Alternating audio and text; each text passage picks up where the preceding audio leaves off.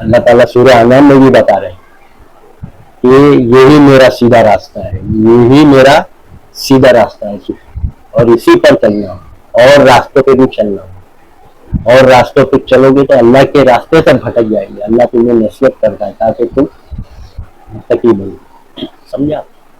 سورہ انعام 153 153 اتباع اسی کی کرنے ملا ہے، سمجھا؟ اور یہی سیدھا راستہ اللہ بولے۔ سیدھا راستہ کون سا ہے؟ ان ھذا القرآن یہدی للتی ہی اقوم، سورہ بنی اسرائیل آیت نمبر 9۔ یہی میرا سیدھا راستہ ہے، یہ قرآن وہ راستہ بتاتا ہے جو بالکل سیدھا ہے، جو سب سے سیدھا ہے۔ سورہ بنی اسرائیل آیت نمبر 9۔ تو سیدھا راستہ قرآن ہے، سمجھا؟ تو اللہ تعالیٰ سے آپ دعا کر دیں نا سورہ فاتحہ میں ہر رکعت میں، اہدنا الصراط المستقیم، ہمیں سیدھے راستے چلا، تو اللہ بتا رہے سیدھا راستہ یہ ھذا صراط المستقیم، سورہ انعام 153، یہی میرا سیدھا راستہ ہے۔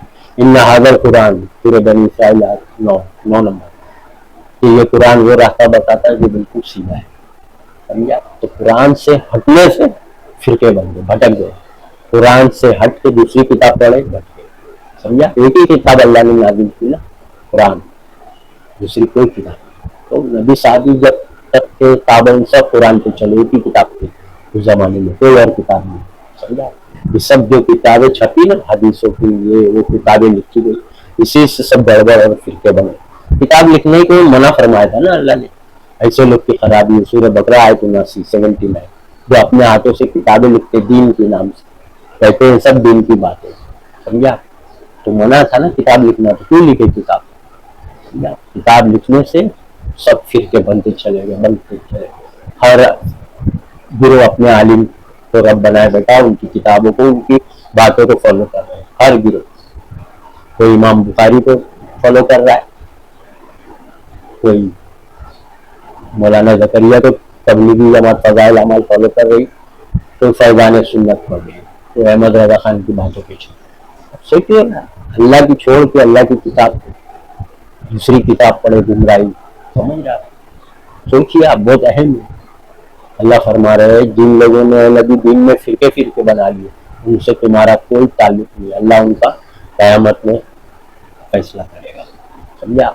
سورہ انعام آیت نمبر 159 159 دین میں فرقے بنانا منع ہے، حرام جائز۔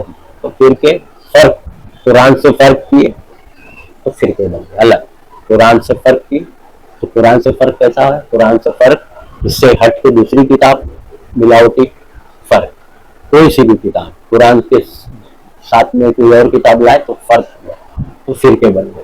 کیا غور کریں گے؟ فرقے اسی وجہ سے بنے، دوسری بات، دوسری کتاب حدیث یہ وہ پڑھ کے بھٹک گئے، سمجھ گیا؟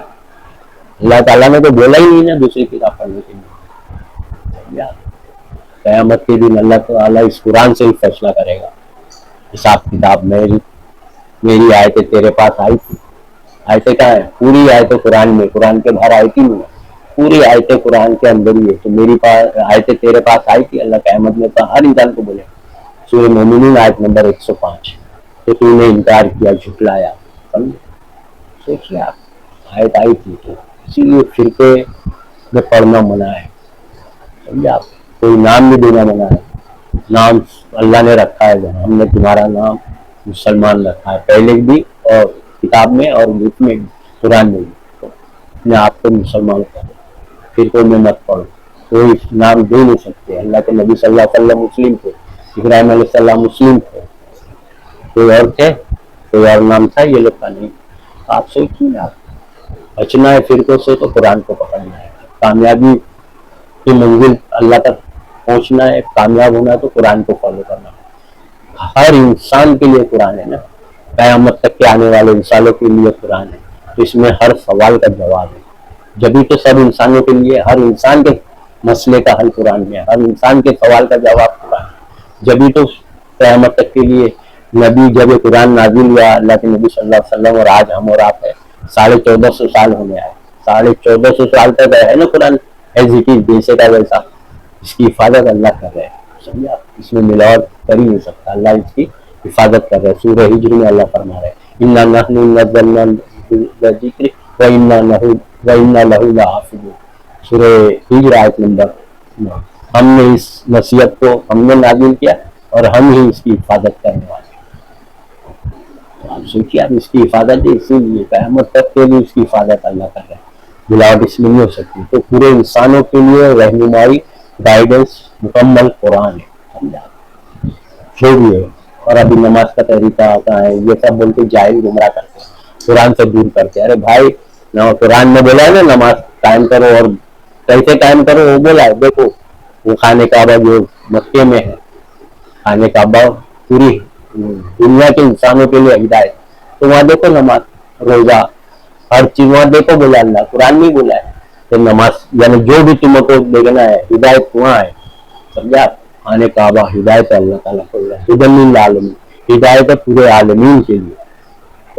تو آپ کو نماز چاہیے کیسا کرنا ہے تو وہاں دیکھ لو، کعبے میں روزہ وہ لوگ کیسا رہتا ہے دیکھ لو۔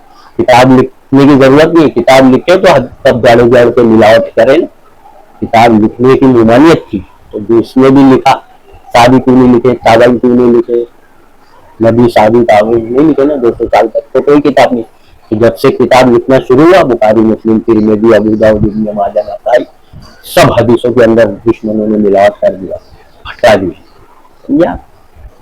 تو قرآن کی اتباع کرو، قرآن پہ چلو، سمجھا؟ تو ایک دم آسان ہے، قرآن اپنی زبان میں پڑھے تو آسان ہے نا، دوسری عربی میں پڑھے تو ہماری مادری زبان میں، تو اپنی زبان میں ترجمہ ٹرانسلیشن والا قرآن لا کے پڑھو تو سمجھیں گے، آسان ہے، سمجھے؟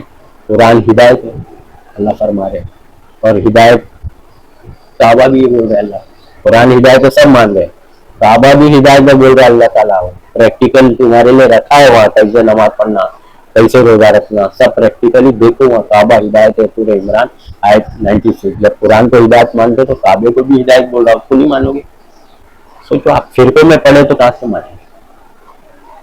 آپ لوگ بریلی ہے، دیوبندی ہے، جماعتی ہے، لیڈیز ہے، شیعہ ہے، تو فرقوں میں پڑے رہو گے تو کہاں سے مانو گے اللہ کی بات کو؟ اللہ تو بول رہا ہے ہدایت ہے کعبہ، فالو کرو، وہاں سے لو ہدایت، گائیڈنس۔ اور قرآن چیک کر لو، قرآن کے اکارڈنگ ہی تو سب ہو رہا ہے، قرآن کے اکارڈنگ ہی ہو رہا ہے، دیکھ لو آپ کعبے میں ہر نماز، روزہ، سمجھا؟